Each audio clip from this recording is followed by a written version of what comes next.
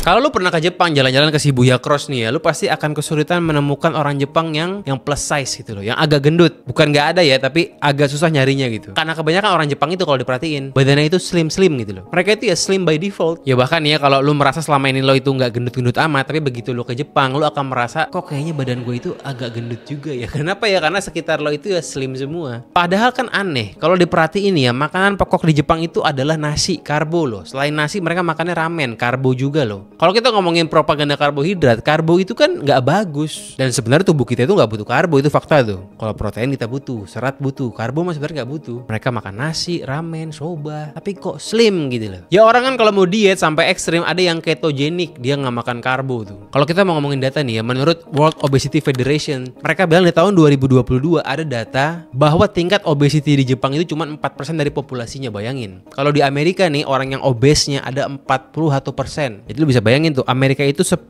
kali lipat lebih obes dibanding Jepang secara persentase. Ya artinya apa? Artinya mereka berdua sama-sama negara kaya, sama-sama negara yang pendapatan per kapitanya tinggi. Artinya rakyatnya itu punya akses buat beli makanan, tapi yang satu obesnya 4%, yang satu obesnya 40%. Dan lucunya lagi nih, orang Amerika itu faktanya lebih rajin nge-gym dibanding orang Jepang. Coba lo perhatiin, di Jepang itu nggak segampang itu lo nemuin tempat fitness itu nggak gampang loh, karena nggak serame di Amerika, bahkan di Indonesia. Di Jepang itu ya tempat gym nggak sebanyak itu. Menurut data lagi nih ya, hanya 4,5% orang Jepang yang nge-gym ke tempat fitness maksudnya. Bandingin sama Amerika, di Amerika 1/4 warganya itu punya membership gym. Negara yang penduduknya itu lebih banyak nge-gym, ternyata obesitasnya berkali-kali lipat dibanding yang nggak pernah nge-gym. Dan apakah karena orang Jepang ini awareness sama kesehatannya tinggi? Nggak juga, orang Jepang itu dikit-dikit kanpai.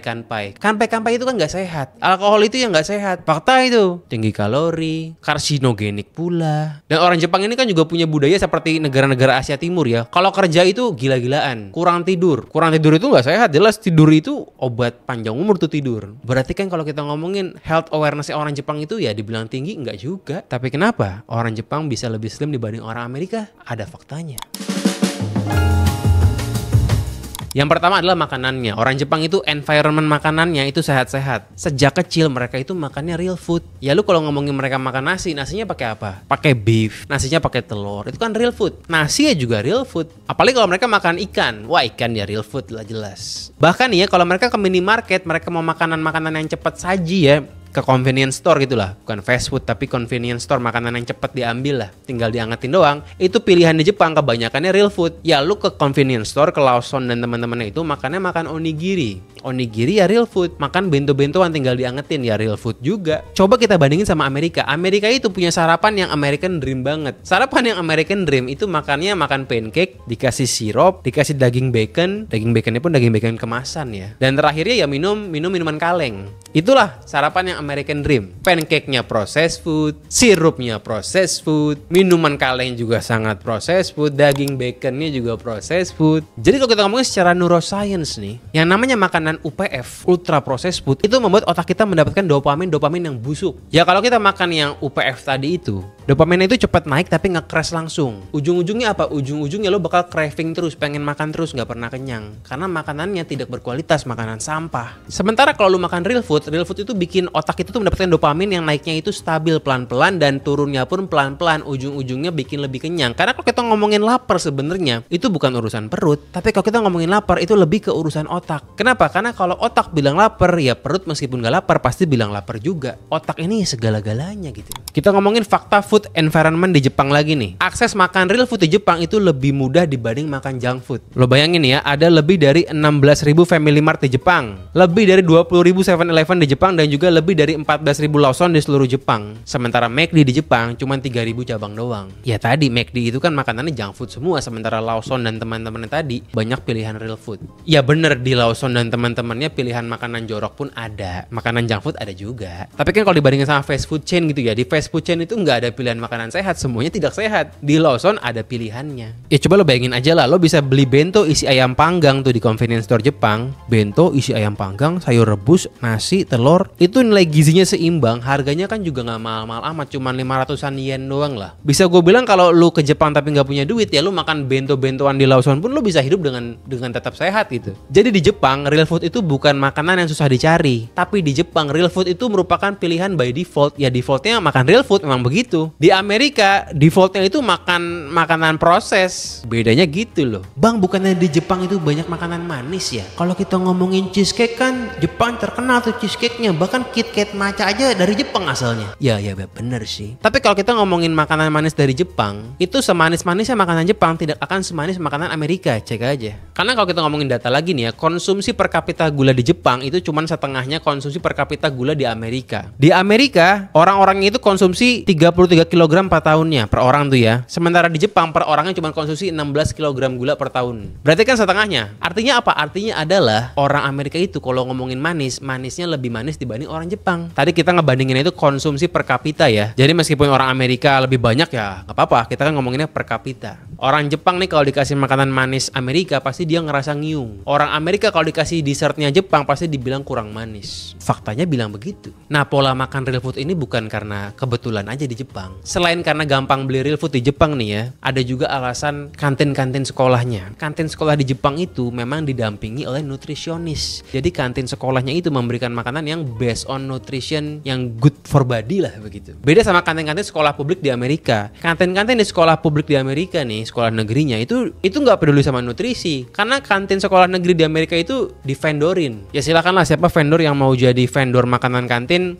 bisa ambil alih itu, bisa in charge. Mau ada nutrisionisnya boleh, enggak juga nggak apa-apa. Dan yang namanya pengusaha nih ya, vendor-vendor itu pasti mencari cuan sebanyak-banyaknya. Kalau mau cuan sebagai vendor makanan sekolah, maka lu mesti mencari makanan yang COGS-nya itu rendah. Makanan apa yang COGS-nya rendah sudah pasti bukan real food. Makanan sampah tentu bakal COGS-nya lebih murah. Persetan dengan nutrisi yang penting kenyang. Kenapa? Ya karena nggak ada kewajiban harus didampingi oleh nutrisionis. Ya makanan kantin sekolah di Amerika itu udah kayak food court, ada hotdog, tater tots, sandwich, susu kemasan. Bahkan ya laporan USDA disebut nih ya, lebih dari 90% kantin sekolah negeri di Amerika itu tidak memenuhi standar gizi dasar anak-anak. Kalau di Jepang dari kecil ya di sekolah udah makan ikan, beda. Yang satu makan sandwich, rotinya proses, dagingnya proses, pakai sosis lagi. Sosis itu merupakan makanan yang sudah gua haramkan ke mulut gua dan mulut keluarga gua. Kenapa? Saking gak sehatnya, saking tinggi garamnya gitu loh. Ya sandwich itu apa sehatnya gitu ya. Jangan-jangan sayurnya pun sayur kemasan. Jangan-jangan gitu. Ya intinya lo bayangin deh jangka panjangnya. Yang satu dari kecil makan sosis, yang satu dari kecil makan belut, makan unagi. Beda level gitu. Makanya jangan heran orang Amerika lebih obes. Dan jangan heran juga orang Jepang lebih panjang umur. Kenapa ya? Karena lebih sehat tentulah. Lo bandingin real food, sejelek-jeleknya real food kalau dibandingkan dengan proses food pasti bagusan real food gitu. Tidak semua proses food itu berbahaya, tidak. Tapi kecenderungannya begitu.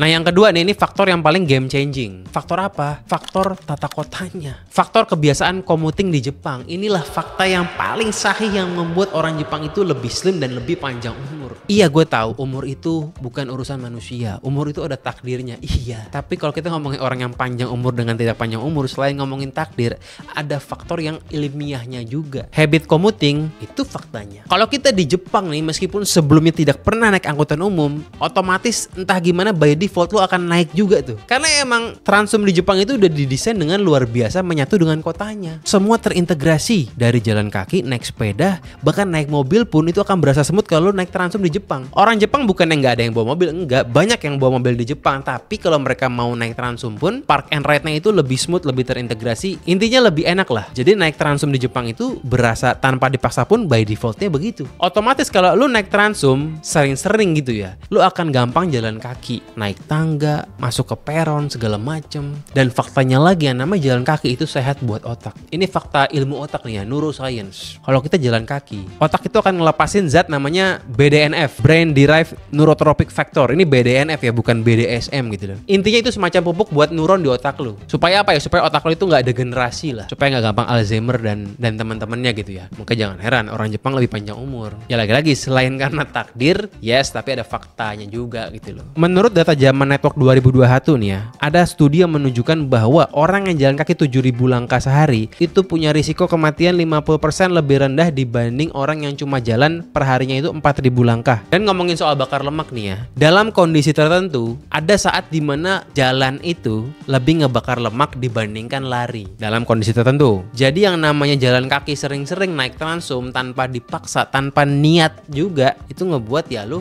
lemak lebih kebakar. Kalau kita ngomongin sistem transum di Jepang ya, itu udah dibangun sejak lama banget. Sejak kapan? Sejak pasca Perang Dunia II, sejak bom atom. Mereka ini bikin transum bukan karena sekedar hobi bikin proyek, bukan. Kalau itu Pangeran Uzbekistan tuh, dia hobinya bikin proyek. Proyeknya jelas apa kagak, tetap dia bikin juga. Namanya juga Pangeran Uzbekistan. Ngutangnya banyak, proyeknya pun gak jelas. Tapi kalau Jepang, mereka itu bikin transum karena mereka punya visi pasca perang. Setelah Perang Dunia II, Jepang itu kan luluh lantah gitu loh. Nah mereka itu percaya pasca perang ada dua hal yang paling urgent buat dibenerin, sistem pendidikan dan juga sistem perkeretaannya, rel kereta api. Menurut mereka namanya transportasi itu penting banget. Kita kan selama ini sering dengar tentang guru-guru gitu ya, kan banyak tuh story-story yang bilang di Jepang itu setelah bom atom yang pertama kali ditanya oleh kaisarnya adalah berapa sisa guru. Itu kan udah terkenal, tapi belum banyak yang tahu bahwa kaisarnya itu juga berpikir transportasinya gimana, itu penting juga. Dan sistem transport yang mereka pilih adalah berbasiskan rel, bukan bikin-bikin jalan tol macam di Amerika. Ya mereka pokoknya percaya bahwa negara akan bisa bangkit kalau rakyatnya bisa belajar dan juga bergerak commuting gitu loh. Ya karena perekonomian itu kan butuh pergerakan. Dan kalau ngomongin Jepang nih ya, sekarang Jepang itu punya jaringan rel kereta terpanjang dan terpadat di dunia untuk skala negara maju. Totalnya sekarang di Jepang ada 27.000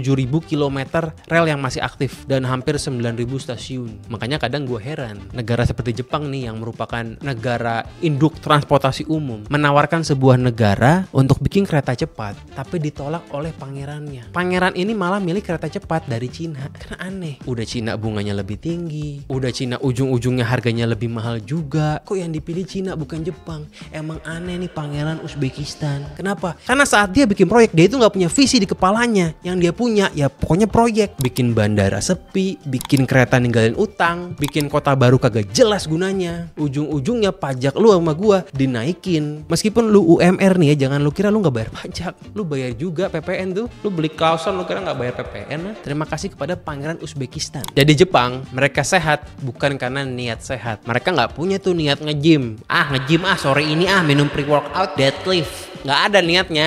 Lebih niat orang Indonesia bahkan beli whey, beli pre-workout, suntik-suntik steroid. Itu mah bukan buat sehat ya, itu buat berotot doang itu. Di Jepang itu mereka tanpa niat pun ya by default didesain untuk jalan kaki jadi sehat. Itu gila itu keren itu. Ya bandingin sama Amerika. Di Amerika transumnya ada. Kalau lu tinggal di downtown yang di East Coast terutama tuh ya ada transumnya. Tapi coba lu pindah ke New Jersey, Las Vegas ya jangan ngomong lah, jangan harap.